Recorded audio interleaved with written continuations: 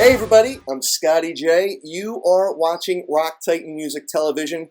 I have got an absolutely amazing guest with us today. A true legend. And you know you're a legend when you are in fact considered a legend to other legends. He is one of the most illustrious musicians in the history of rock and roll. He's been in some amazing rock bands in his own right. He's toured with numerous bands, done an incredible amount of session work, and he's written books, giving back to the world what he has picked up over the years. And he's amazing twirling drumsticks. No one twirls drumsticks like this guy. But I don't want to keep him hanging on any longer.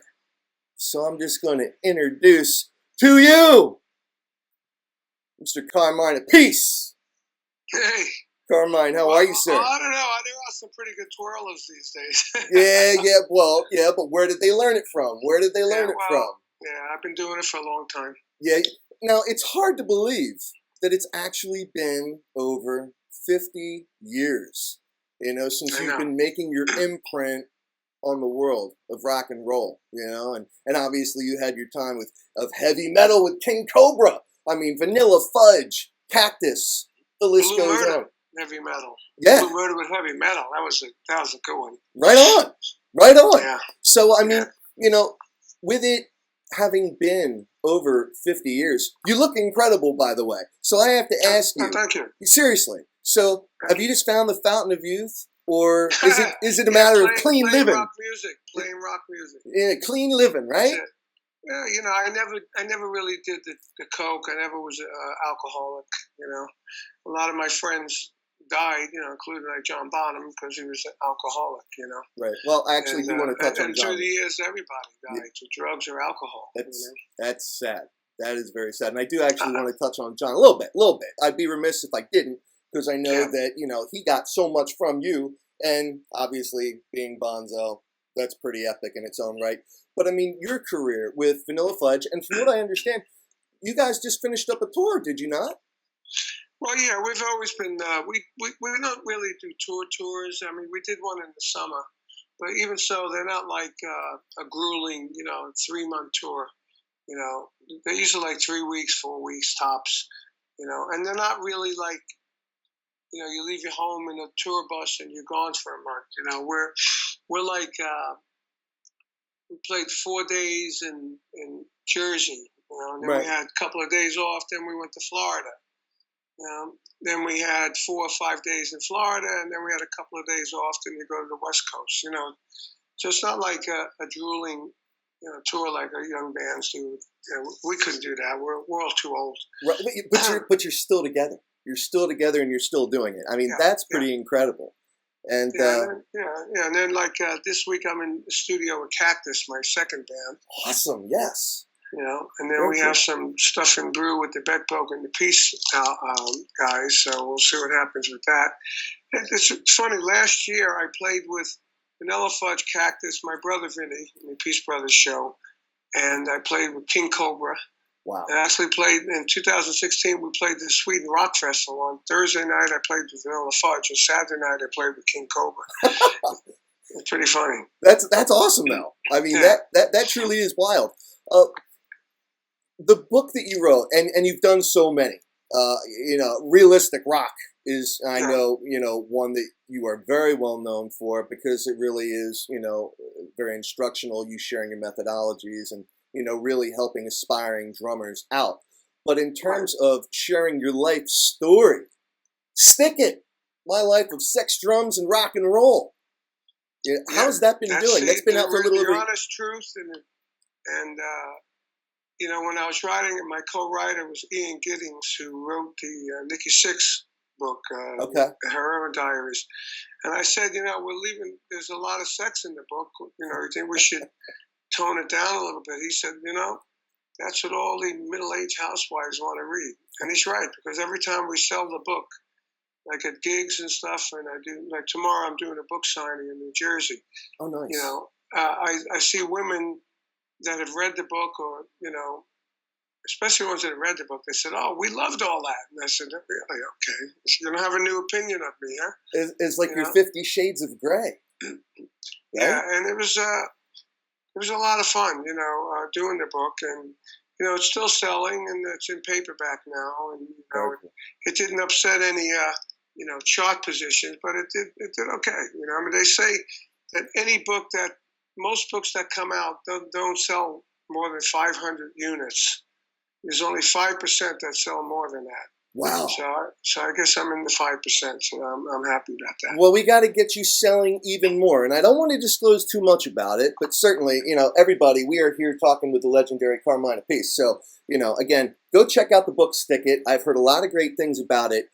Carmine, one of our mutual friends, one of the greatest concert photographers in the world, and he's been covering the scene since you started out, Robert M. Knight. Oh yeah. Yeah, and he's shared some photos. We got some good photos that we'll put in the course of this interview with you back in the day. But he actually had a question that I thought was a pretty good one. With and I don't want to do too much of a spoiler here because again, we want people to go out and buy Stick It. But apparently, there is a pretty famous British rock band, iconic, legendary in their own right, that you were very good friends with. Apparently, you taught them how to trash a hotel room. Do you care to elaborate on that at all? Is there anything you can share that wouldn't ruin it? They didn't do much of it, but we did some of it to them. That was Led Zeppelin, of course. They did their very first gig was on our show in December 28th, I think it was, in 1968. Yeah. In Denver, Colorado. It was a gig that was already sold out. It was Vanilla Fudge and Spirit. And our agent had the same agent. We had the same lawyer. We had managers were friends. We were on the same label. So we had a lot of stuff that, were common. And so we took them on the first tour. And, that first gig was sold out. We didn't need them on there. And our agent ended up making a deal with the promoter that it was $1,500 for Led Zeppelin. And they said, I'll tell you why, you don't want to pay that. You pay half, and Vanilla Fudge will pay half. So we ended up paying half of their fee to them that day, $1,500, which is unbelievable when you think about it. And then, we all became friends. And, Bonzo was a great drummer in his own right. And when I saw him play, I said, wow, this kid, he's younger than me. I said, this kid is awesome, man, really fantastic. And we became good buddies, and I helped him get his Ludwig endorsement. Actually, there's a story in the New Modern Drummer right now, which shows a picture of Bonzo with the same kit that I got him, which was a duplicate of my kit. Right. With the big 26 bass drums and the big tom in the middle, and he had two bass drums, Right. And we did one tour with that, and then Jimmy and Robert said he was too busy with the two bass drums, so they asked him to stop using it, which he did, and that became the Led Zeppelin drum set. Yeah, that's amazing. That really is. I mean, just thinking about the history of it for rock and roll, because the music scene, the industry has changed so much, obviously, since you started out. But I think we're starting to see a little bit of that influence that you actually have had over the years. It's almost like there's some little resurrection. And one of the reasons why I wanted to touch on... There's that band, Greta I was just going to say Greta Van Fleet, and I wanted to get your take on that. I just went to see them. Yeah. And because their publicist, or used to be my publicist, and they've been claiming that I've been an influence on them, and they've been wanting me to go see them. In L.A., I wasn't there, and finally in New York, I went to see them. I met the drummer. He had my book, Stick It. He knows all the videos I've done. They all are talking about the videos on my YouTube channels and playing with Beck and singing and playing and the drum sizes. And so I've been in touch with Danny from Greta Van Fleet, the drummer. Right. And another famous photographer, Mark Weiss, that was there. He sent a video of Danny's solo that night because I didn't get to see it. I had to get up early to go on this little run with Vanilla Fudge, so I didn't get to see the whole show. Okay. But I didn't even realize also that he had red sparkle drums, which is the same drums I had on the Ed Sullivan show, and when Vanilla Fudge first came out. And so I sent him a picture of somebody put together a picture of me on the top and John Bonham on the bottom with the same drum kit. half picture, half of me and half of John. Yeah. And I put that on my Facebook and got an amazing reaction for it. And then I found another picture a friend of mine brought last night at the gig of me with my big maple drums, which I'm going to put on my Facebook today. But I sent it to Danny. He said, "Oh man, I love those drums," And I saw Danny solo, and I saw a few of my licks in there, But he's a nice kid. They're all nice kids, and I'm glad they're doing what they're doing because I'm co-managing and producing a new band called Kodiak. Okay. That is, I did a video DVD years ago called Realistic Rock for Kids, right? And I didn't really want to teach the kids, so I did a contest with Modern Drummer, and we had this 11-year-old kid won. So I met him, and I met his family, and his little brother played guitar. He was 7 years old at the time. So he did the video for me, and I knew the family for a long time. And basically, I've been sort of watching their career and seeing where they're going, trying to help them. And so now they came up with the idea to, as Greta Van Fleet does sort of Led Zeppelin, they said, well, they were doing like punk music that had a bit of Van Halen in it. So they said, what if we go all the way and start writing and doing Van Halen kind of songs the way Greta Van Fleet did? I said, great concept, because, these record labels, like always, once somebody has success, then they're going to be looking for other things like that. So basically the band's called Kodiak. They're a four-piece band like Led Zeppelin, like Van Halen. Actually, in the similarities, the brothers are the drummer and the guitar player, just like Van Halen. Right on. Van Halen was influenced by Cactus, my band. So I'm co-producing and co-managing and producing this. So we're getting all the little odds and ends together, That's so cool. So I took them to see Greta Van Fleet with me, Wow. So I guess needless to say, they're opening the doors for mainstream rock again in the music business, which is cool. So Greta Van Fleet has your stamp of approval. You don't necessarily think that they're too much of a Led Zeppelin knockoff. Well, I mean, look, Led Zeppelin, when they came out, they were brand new. There was nothing like it. Right. They were amazing. Greta Van Fleet is a young band doing kind of Led Zeppelin. I mean, they're not Led Zeppelin. Sure. Sure. I mean, if you want to hear Led Zeppelin, listen to Led Zeppelin. Right. But the younger generation is listening to them because, and their first song sounded very much like Led Zeppelin. Yes, it certainly did. Yeah. Now, I'm glad you touched on that, though. And specifically with a young drummer like Danny Wagner. Yeah. Are there any other particular musicians in the industry today? Obviously you're talking about the one you're managing with Kodiak. Are there any other bands or musicians that you kind of see the similarity between, what you had done? Like, do you see an influence there? I see an influence in all of them. Because number one, I was the only one back in the day that played hard.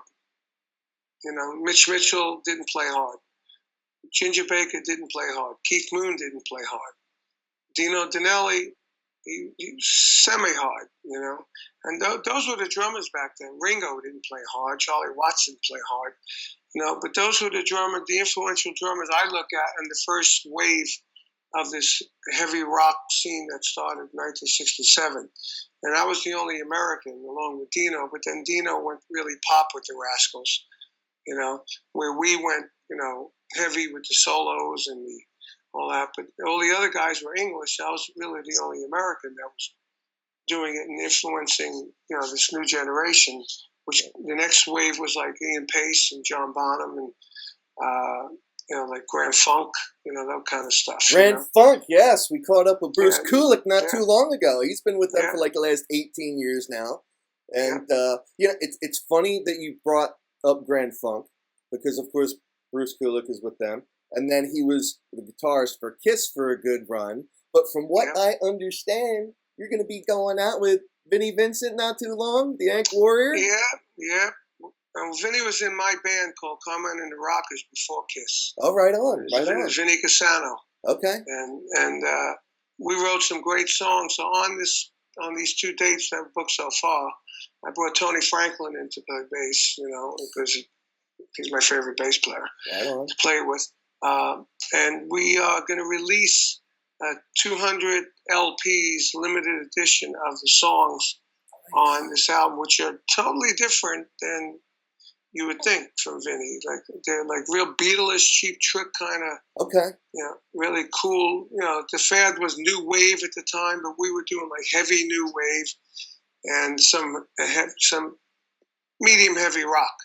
You know, but he was a tremendous player, a tremendous writer, and a good guy. And Bruce Kulick is coming out on my newly released Guitar Zeus records. Oh, nice. That are coming out January 8th, 18th. I've got everybody on there. I actually did these records in 1995. And at the time I did them, everybody was like dinosaurs because grunge was in. And grunge was the happening thing. So this is sort of like Soundgarden meets Blue Murder meets the Beatles. Wow. Really great songs. And then I brought in all these different guitar players, friends of mine, to play solos. So I got Brian May, I got Slash, I got Yngwie Malmsteen, Richie Sambora, Leslie West, Bruce Kulick, and I'm forgetting some. Paul Gilbert. Jeff Beck? Just all, not Jeff Beck. It was more the next generation. Okay. You know, none of the Claptons and Jeff Beck and all that. Okay. You know, like the Richie Samboras and, you know, that era. I know I missed Slash. Did I say Slash? Yeah. That's amazing. Oh, and Bumblefoot. Oh, my God. Yeah. John Nura from Europe, Elliot Easton from the Cars. It's just, even on the digital version, I got Steven Seagal, Seymour Duncan, and John McEnroe. Now, what inspired this project? I mean, this had to be a tremendous effort, even for someone like yourself to put together. It was, and what inspired it was back in the early '90s. I had a band with Jeff Watson, Joe Lynn Turner, and Bob Daisley called Mother's Army. And Jeff Watson came out of Night Ranger, immediately got a solo deal. You know, I had a solo deal in '82. I released an album that did okay. And then I wanted to do another one. I could never, it was always difficult. And I said, man, you know, I guess I need to be a guitar player, you know, to come out of a big band and do a solo album. Right. So I said, you know, maybe I should do a guitar record, you know. And we were toying with the name Zeus at the time. And I said, you know, I'll call it Guitar Gods, you know, Carmine Appice, Guitar Gods. And I'll get all my friends to play on. Oh, Ted Nugent's on it too. I get all my friends to play on Uncle Ted! You got Uncle Ted! Uncle Ted's on it. Wow. And Dweezil Zappa's on it as well. Neil Sean's on it, you know. So I said, you know, I'm gonna do that. I said, maybe I'll call it Guitar God. No, I'll call it Guitar Zeus. That's a cool name. Guitar Zeus, you know, I mean, Guitar Gods. So I found a guy to write material with me, this guy, Kelly Keeling, who's a great singer, a great writer, multi-instrumentalist. Of course, I got Tony Franklin to play bass. And we did it in '95, and we sold it all around the world. And it did great everywhere, Europe, Japan, South America. But I never really released it here properly. Okay. You know? And then I found multi-tracks of a song that was never released on it. So I bounced it to digital. And I put Bumblefoot on it, right?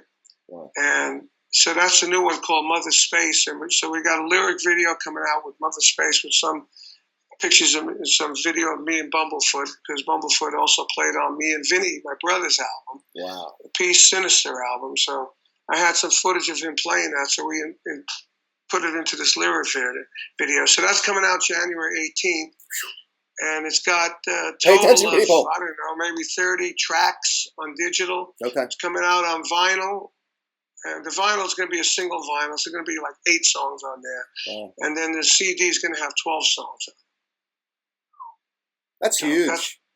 Yeah, it's great. It's really, really great. And I'll tell you what, it's some of the best drum sounds I've ever recorded and some of the best progressive playing. There's all these time signatures all over the place. And, you know, Steve Moss is on a track that's in 11/4 or 13/8. I'm sorry, it's in 13/8.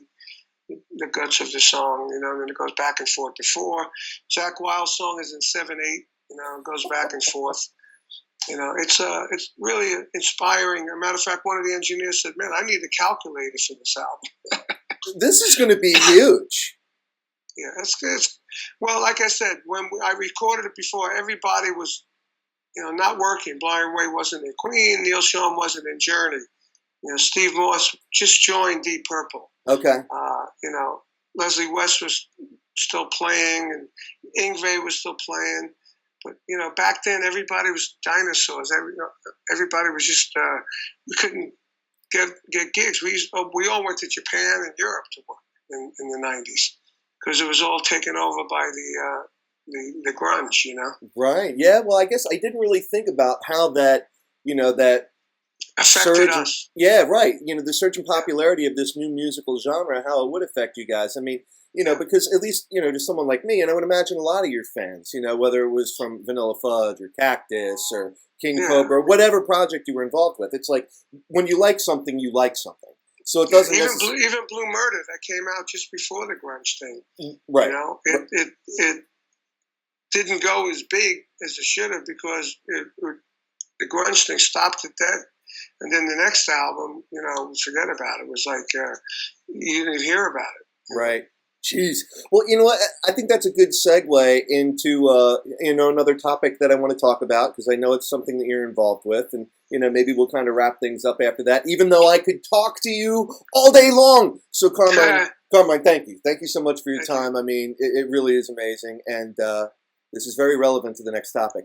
Technology has changed so much, since you started out. I mean, it's incredible by leaps and bounds. To ask you whether or not you think the technology has made it any better or any worse, I mean, it'd probably be, pointless because, it's got its pluses and minuses. But there's a new specific thing that I know you're involved with called Meat Hook. Yeah. And, for everyone out there right now, if there's anything that I don't cover with Carmine right now, like, oh, that interview sucked. Although I know you're not going to think that. This is amazing, because I'm with Carmine Appice. So, there's no way that I could go wrong. But if there's anything that we didn't cover in this conversation that you want to know, there's this application called Meat Hook. And Carmine, I want you to talk about this a little bit because you can go, Meat Hook. So you can go out and you can speak with Carmine yourself. You can go out and have a one-on-one conversation. I've done a few of those. And it's interesting because you get, people call in, they schedule time. I let them know, like, I'm available like today, Saturday, let's say. Right. So they do it in like a week or two before, and they advertise on their website, however they advertise. And then people call in and make appointments, like a 10 minute each or 15-minute each. That's wild. And there's an hourly rate, and they break it down to whatever the hourly rate is. If you got, let's say you get $100, so if you want to do 15 minutes, it would be $25, Right. So it's like that kind of thing, and then there's a number you call, and then I answer, and we talk about whatever you want to talk about. Now that's so I've done a few of them, and it was interesting. I enjoyed it. You do enjoy it, okay? All right. There was some good inspirational kind of drum talk, drumming, drums, and equipment, cymbals, the business. It was just really good, because I want to get into myself more inspirational talk, speaking, and to me it's the next level of graduation up from clinics. I've done so many clinics before, right? I've done lots and lots of clinics, and I like doing it, and I've done the clinics so much that the next thing to me is doing speaking gigs, corporate speaking, inspirational speaking, and rock history speeches. Because, I'm pretty much probably one of the only drummers alive or still playing from that era, that played with Jimi Hendrix, that jammed with Jimi Hendrix, had Led Zeppelin open up, and played with The Who, and wrecked hotel rooms with Keith Moon, and I have a lot to talk about. I'm like a pretty good expert on that era, because I lived it. Yes, you did. And hey, I've got a few hours to kill. So I mean, let's just keep this going. There you go. But you got to read the book first. Yes, I do. So we will come back to that. You read the book, and we'll do another one. Stick It. Yes, I'm going to read Stick It. I'm not telling you to stick it. I'm going to read Stick It, and then we're going to come back and we're going to talk a lot about these amazing stories. Now, as far as the instructional though, like you talked about, when we're talking about realistic rock, do you have any other newer books that you've been working on? It's kind of like a follow-up? Well, I did many follow-ups. I did Realistic Double Feet back in the day. I've done Rudiments to Rock, which took a bunch of classic books and put them all together, and then at the end of it, there was a rock book, and that still sells. I've done a Guitar Zeus when I released it before. I've done a Guitar Zeus play along. Okay. With Alvarez, Warner Brothers, and Alfred's Warner Brothers. And me and my brother Vinnie just did a book called Drum Wars, the book. Cool. And it breaks down some of our solos, and it slows it down to half speed so you can see what we're doing. And I've done videos, realistic rock videos. I've done drum clinic videos. I had my own video company for many, many years until the DVD market just went to nothing from YouTube. Right. Till recently, I've had like Slim Jim Phantom on my videos. I've had Elliot Easton. Wow. I've had Tony Franklin. Just to mention a few that were on my. Actually, my brother Vinnie and me and Vinnie did our original Drum Wars video. We turned it into DVD, and now we do the Drum Wars shows all around the world, and we repeat. We recorded our first album, Appice, and Sinister album, and it's really cool because I'm on the right of the mix and Vinnie's on the left. Like the old Krupa and Rich and the old Max Roach and Buddy Rich drum battle vinyls. People used to say to me, "Hey man, what's your first album you ever bought?" Expecting me to say like the Beatles or something. My first album was Gene Krupa and Buddy Rich. Right on. That was it. The Beatles weren't even around yet. Well, I'm glad you brought up your brother Vinnie. Does it ever get old? How much fun is it rocking out with your brother? Both you guys are such iconic drummers. It's pretty amazing. It's a lot of fun. The only drag is that I'm getting older now, and I feel my speed slowing down, and he's still 11 years younger than me. So he still has the speed, Yeah. But we have a lot of fun. We have a lot of fun. We have comedy in our show, and we throw sticks back and forth, and then somehow throw him the stick, and he don't throw it back to me. Just funny stuff. And there's a song on our album called Brothers in Drums, where I wrote all the lyrics and the melody. And I was going to sing it, but my voice was a bit bad that day, and we had to get the record done, so I got a friend of mine to sing it. It tells the story of me and Vinnie. He talks about my mother saying, Vinnie's driving me crazy like you used to do, playing in the house all the time. And then every chorus is, we're brothers in drums. And touring around the world, now we're playing for you, on the record. Right on. Yeah, so it's pretty cool. That is cool. Now, parting thoughts. I got to bring this up, and I want to congratulate you first of all on being recognized. I know that you're in the Modern Drummer Hall of Fame and Classic Drummer Hall of Fame. Took long enough. Right? Exactly. That's what I'm saying, and that's where I'm kind of going with this. Rock and Roll Hall of Fame. What kind of credibility? It shouldn't be called that. It should be called the Music Hall of Fame. Okay. Because they're bringing in rap artists. They're bringing in all these like pop artists, and they're not rock and roll.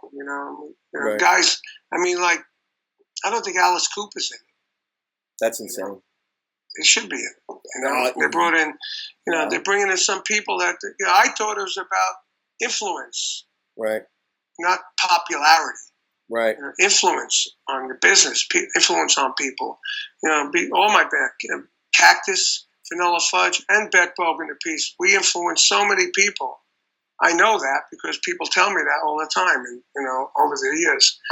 But Beck is in there. Cactus ain't in there. Me and Tim Bogan are in there. We're in the Rock Hall of Fame and Rock Walk of Fame in California at the Guitar Center on Sunset Boulevard, Right. We're in the Music Hall of Fame in Long Island. We're in a couple other Hall of Fame things. But I don't really care. I was just going to ask you if you even do care. Because, like I said, they're bringing in rap artists. They're bringing in artists that really don't mean nothing. Right. What are they doing, And now the people who are bringing them in are so young, they don't even know who Vanilla Fudge is. So I assume we're not even going to get in ever. That's a mortal sin. I know some rock people that are in there, Rock Hall of Fame, and they're broke, and they're still not, and they're not playing, and they never really influenced anybody.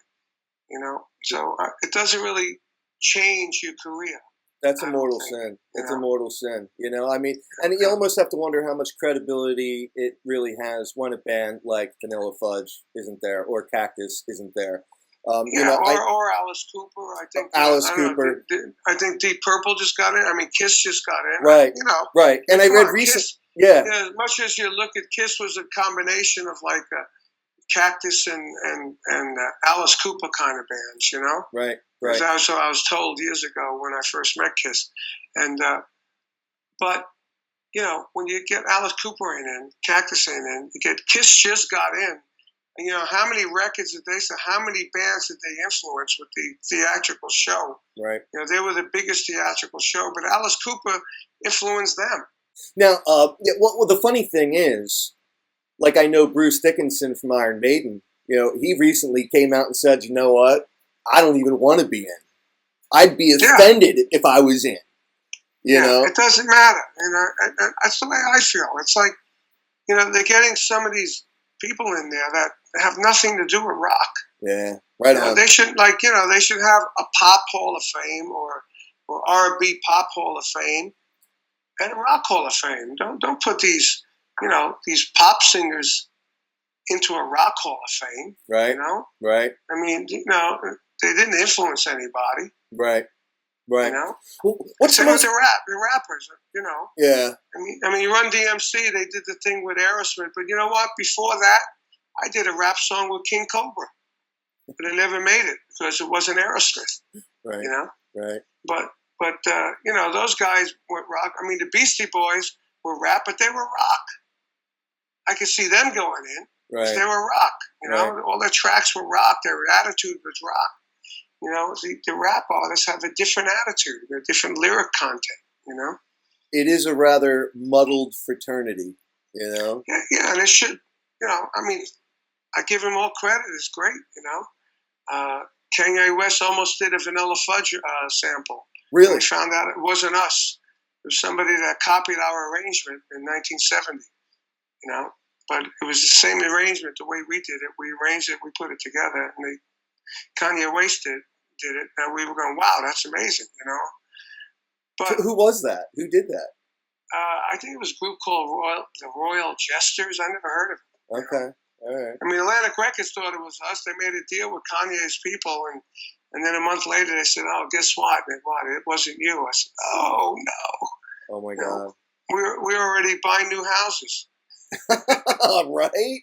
Yeah, I would imagine so. So what's the biggest thing that everyone has to look forward to from the world of Carmine Appice in 2019? You got the Guitar Juice records coming out. You got the Vinnie Vincent gigs. Right on. More gigs with my brother. Right on. And we're working on getting a new record deal to put a second Appice Brothers album out. Very cool. Very cool. So everyone can go to your website, social media. Are you active in that space? Do you get into the whole social media? I got Carmine Appice Official and social media. Okay.